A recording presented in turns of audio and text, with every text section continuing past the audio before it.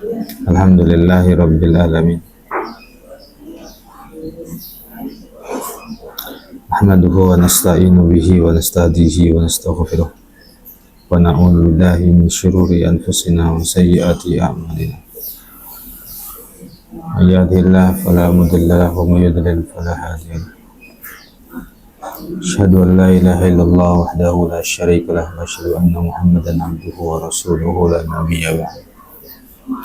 Allahumma salli wa sallim wa barik wa azim wa akrim wa an'im ala sayyidina wa habibina wa syafi'ina wa karimina wa maulana Muhammadin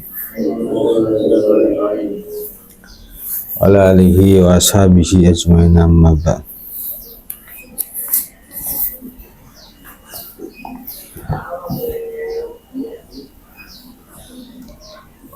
Santri belajar jangan setiap hari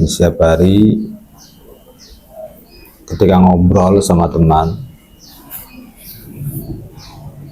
itu selalu dicatat, barangkali ada ucapan-ucapan atau obrolan-obrolan yang mengarah kepada dusta atau bohong. Karena pada umumnya manusia itu doyan sekali sama dusta.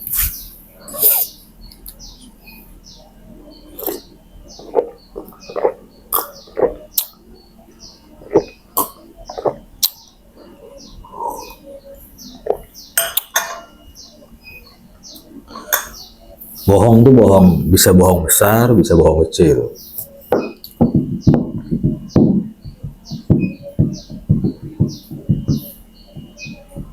Lagi cerita, lagi ngobrol sama temen nih, usahakan agar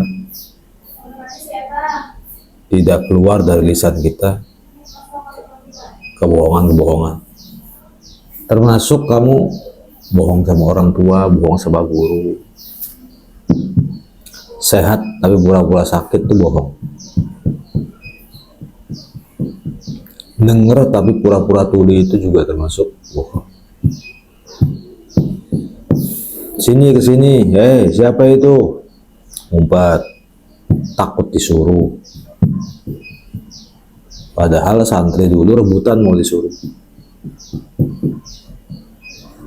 Santri sekarang sama orang tua atau sama guru justru pada suka menghindar.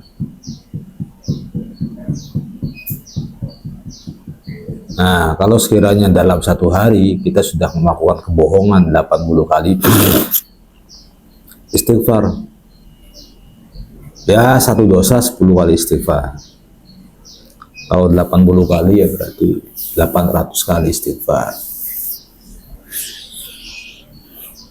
Saya bohong nggak? Cerita begini bohong nggak? Saya bohong nggak? Ngomong begini bohong nggak?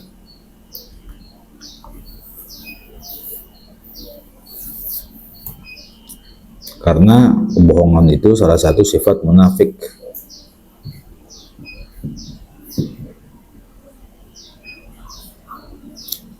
Terus nanti jadi kebiasaan kita sampai dewasa.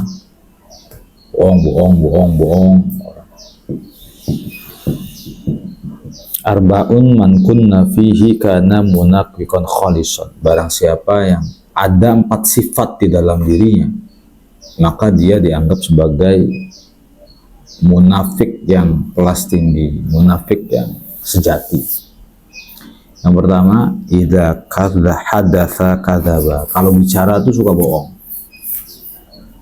Apa itu bohong? Bohong itu menceritakan sesuatu tidak sesuai dengan kenyataan. Itu namanya bohong. Kenyataannya sehat tapi bilangnya sakit, itu bohong. Kenyataannya dengar tapi bilangnya nggak, pura-pura nggak dengar, itu juga termasuk dalam kategori bohong. Nah, santri jangan begitu. Kalau ilmunya mau meresap, jangan dibanyakin maksiat di pondok. Bohongan maksiat. Nggak kerasa aja kamu kalau jadi orang alim, jadi orang berilmu. Nikmatnya tuh nikmat yang kayak luar biasa banget nanti.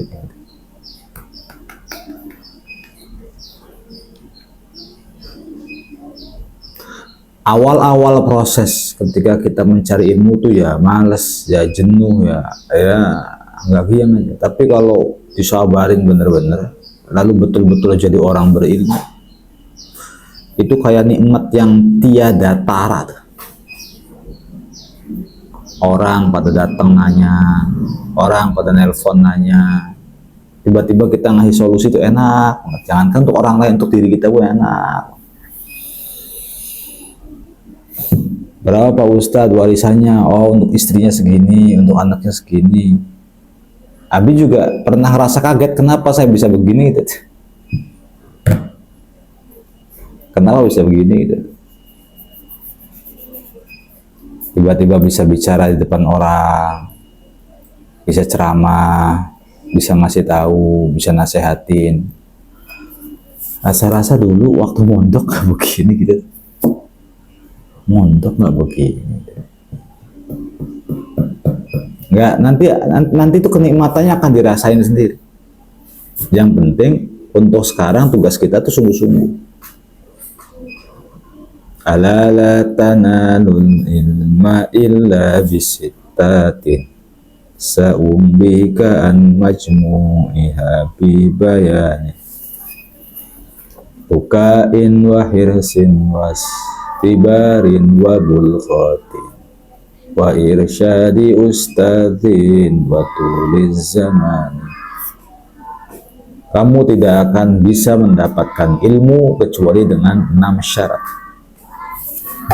Yang pertama, kamu nggak gila, nggak idiot, orang waras. Nah, yang kedua punya ambisi. Kalau di pondok leha, santai, ngobrol, jajan terus susah. Ambisi ini berasal daripada tujuan.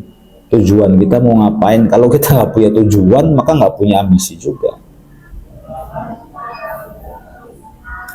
Hirsin wastibarin. Yang ketiga, orang mondok itu sabar.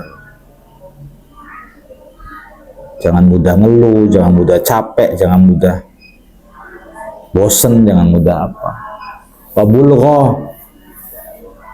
Lalu orang mondok itu harus punya pesangon, bisa makan. Yang penting bisa makan, bukan jajan. Yang kelima, wa irsyadi ustadzin, nurut sama guru, jangan gurunya nurut sama kita. Salah itu. Masa orang pintar nurut sama orang bodoh? Supir nurut sama kenek, kacau jadi. Bos nurut sama karyawan, nggak bisa. Watuliz zaman, ini yang pahit buat kita semua para pencari ilmu.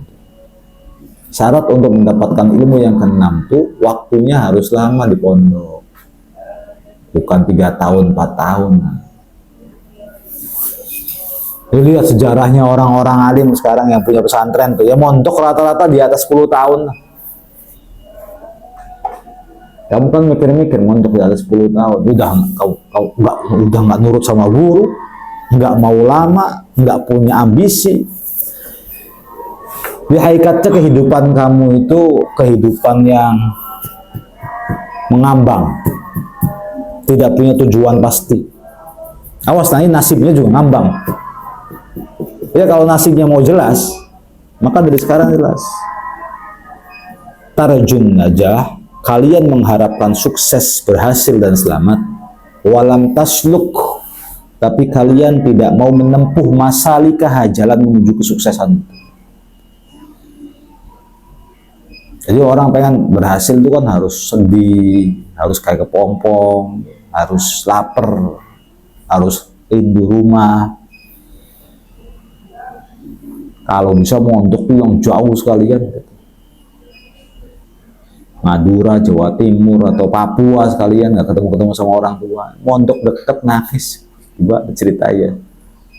Mentalnya mental plastik gitu. Orang Kaliwadas mondok di Kaliwadas nangis baik bisa. Orang Kaliwadas mondok itu nangis baik pengen balik coba. Nggak ngerti. Kita pengen tuh mondok orang-orang jauh dari berbagai antar pulau, antar provinsi ketemu dalam satu kamar. Itu penuntut ilmu sesungguhnya. Jadi dikasih parek, kita dikasih parek, dikasih deket, suasananya masih suasana rumah. Cuman ya masih nangis, baik, udah gede-gede juga.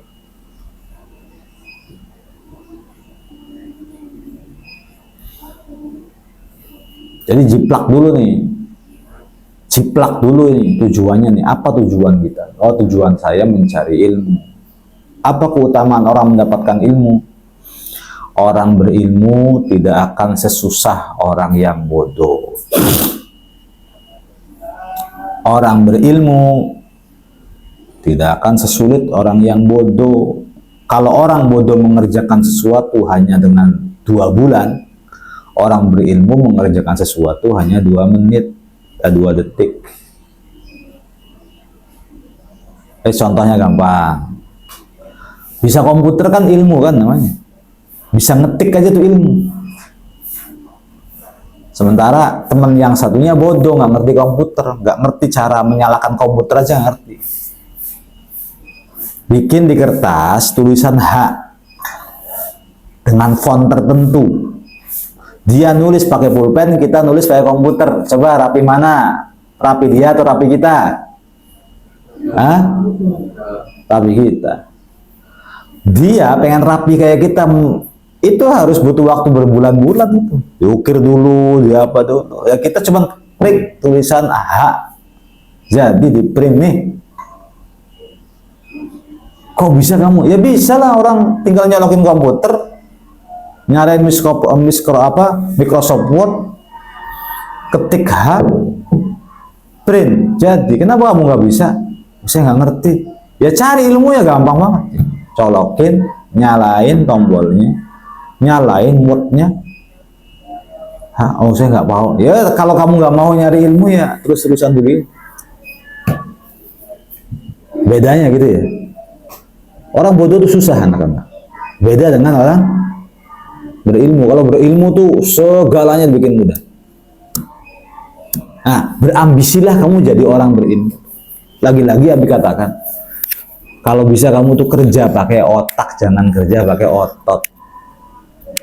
Kamunya pengennya pakai otot, rupanya sih. Segitu enaknya orang pakai otak. Dokter pakai otak, manajer pakai otak, direktur pakai otak, kiai pakai otak, DPR pakai otak. Cuman kamunya pengennya tuh nguli. OB, tukang, pengennya tuh begitu. Kalau pengen pakai otak, otaknya tuh harus diperes bener-bener dari sekarang. Diperjuangin nih otaknya tuh. Belajarnya yang rajin, jangan pengennya jajan, digedein otak tuh, otot tuh. Yang digedein tuh ini nih, jangan gedein jajan, sarapan, duit, jajan, sarapan, gitu. Nyari ilmu aja mau kono. Cara nyari ilmu apa gitu.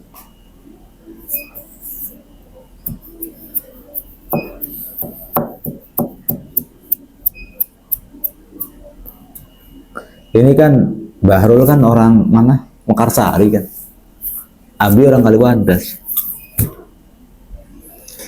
Menurut kamu yang lebih berilmu tentang Mekarsari, Abi atau Bahrul? Bahrul dong. Abi orang sini sih. Terus ketika mencari alamat di sana, yang bakal cepat ketemu dia daripada ayo muter-muter dulu, nyasar dulu, dia emang langsung ke tujuan. Karena berilmu, tahu. Dalam kehidupan apa-apa juga, dalam rumah tangga, dalam pekerjaan, dalam dunia bisnis, semua harus pakai ilmu. Nggak pakai ilmu, ajur kita semua. La yastawil ladina ya'lamuna wal ladina la ya'lamun. Tidak sama antara orang berilmu sama enggak, tuh nggak sama. Yarfa'illahu alladhina amanu minkum walladhina utul ilma darajat. Orang yang punya ilmu itu derajatnya bakal dinaikin sama Allah. Nah, kalau orang bodoh ya tanggung resiko. Jualan halal, dagang pecel halal, lo silakan kalau mau. Cuman kalau bisa jadi bosnya. Mau jualan bakso halal, kalau bisa jadi bosnya gitu loh. Nah. Kami tak tanya sama kamu kalau jualan bakso malu apa enggak? Jujur, malu apa enggak? Malu orang jualan nggak mau, nyari ilmu nggak mau. Kan kamu kan kayak bocah yang bodoh lang-lang lagi. Nyari ilmu beli kiam, jualan bakso nggak mau. Ya malu nggak bawa anak seginian. Dorong gerobak, pakai peci atau pakai lap begini. Ting ting ting ting ting ting ting keliling-keliling. So aku mau nggak? Disuruh nyari ilmu bener nggak mau, biar kamu jadi bos bakso atau direktur. Disuruh jadi bos, jadi hidup kamu tuh ngambang. Cita-citanya pun ngambang. Wes atau jadi kuli bangunan kamu malu lagi. Serba malu. Kalau pengen jadi orang bos yang nanti pakai dasi, pakai apa? Kalau ketemu karyawan berdiri gitu loh. Kan itu kan cita-cita yang kamu idam-idamin. Yang benar nyari ilmunya, ya sembarangan. Diiringi puasa atau apa gitu. Selain itu yang paling penting nyari ilmu demi akhirat. Cuman kan kamu ke akhiratnya tuh masih jauh nih pikiran. Makanya berkali-kali Abi motivasi tentang dunia. Ilmu itu dunia akhirat. Man arada dunya fa'alaihi bil ilmi. Wa man arada al-akhirata fa'alaihi bil ilmi. Wa man arada huma fa'alaihi bil ilmi. Barang siapa yang mau dunia, maka dia harus punya ilmu. Barang siapa yang mau akhirat, maka dia harus punya ilmu. Barang siapa yang mau dua-duanya, dunia akhirat, ya dia harus punya ilmu. Orang terkaya di dunia itu 75% pengusaha. 70% pengusaha. 25%nya ini. Ya, 2,5% itu investor. Lalu setelah investor baru kayak artis sepak bola gitu loh. Setelah itu baru seniman. Nah, nggak ada orang kaya karyawan tuh nggak ada. Karyawan tuh nggak ada. Nah, cuman jadi apapun kita nanti, yang penting sekarang nyari ilmu aja dulu yang bener. Nahwunya digempur, sorotnya digempur, yang serius belajarnya jangan males-malesan. Kalau males, kamu periksa makanan apa yang masuk dalam mulut kamu. Gitu. Lah, kemudian selanjutnya nih, setelah kamu periksa makanan yang ada pada mulut dan lain sebagainya, ya benahi cita-citanya yang benar. Nah, setengah-setengah. Terus nurut, Abi harap sih nurut sama guru tuh jangan selandat-selandat. Nurut sama orang yang lebih berpengalaman. Jangan mainan. Kali aja di jalan banyak mobil. Orang tua tuh tujuannya bagus. Tabrak mobil kok udah tahu rasa. Tenang aja, kalau jadi orang berilmu tenang. Orang pinter tuh ngatur orang bukan diatur-atur. Abi mikir kadang-kadang pinternya orang bisa bikin mobil gitu lah. Caranya gimana Abi nggak ngerti tuh. Nyari ilmunya harus lama banget rupanya. Bikin ban, pengen produksi ban itu dari karet ya, karet tuh pohon karet, nanti pohon karet diapain, produksinya diapain apa, sering mikir gitu sendiri. Nggak usah bikin mobilnya, saya pengen jual bannya aja deh, untuk ribuan dan untuk jutaan mobil. Pernah begitu, cuman ilmunya nggak tahu saya. Ilmu ngambil ke pohon karetnya nggak tahu, ilmu pemasarannya nggak tahu, ilmu ngajuin proposal ke perusahaannya nggak tahu, ilmu cara bernegosiasi dengan bos Honda biar diterima juga nggak tahu. Makanya nggak punya pabrik mobil, nggak punya pabrik ban. Kamu punya usaha ban lagi, tapi pinter semuanya. Kamu nggak punya pohonnya. Ini ibaratnya nih, kalau sungguh-sungguh kita nggak punya pohon. Tapi kita ngerti ada pohon karet di daerah gunung. Ngerti aja dulu. Udah ngerti pohon karetnya, ngerti tempat produksinya. Setelah ngerti tempat produksinya, ngerti pengajuannya di mana. Kayaknya tanpa modal kita jadi milioner deh. Cuman kan untuk pengen bisa ilmu kayak gitu berat banget nih. Harus ilmu begini, ilmu begini, ilmu begini, ilmu begini. Nah, makanya nambah ilmu, nambah hebat sebenarnya.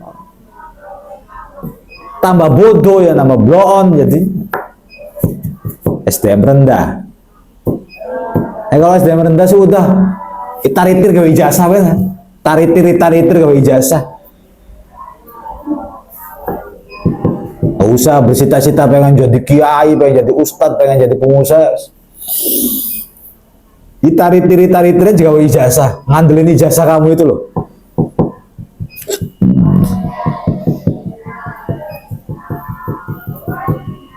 Perbaiki niat, perbaiki cita-cita, perbaiki itu juga diperbaiki. Taziran wallahu alam.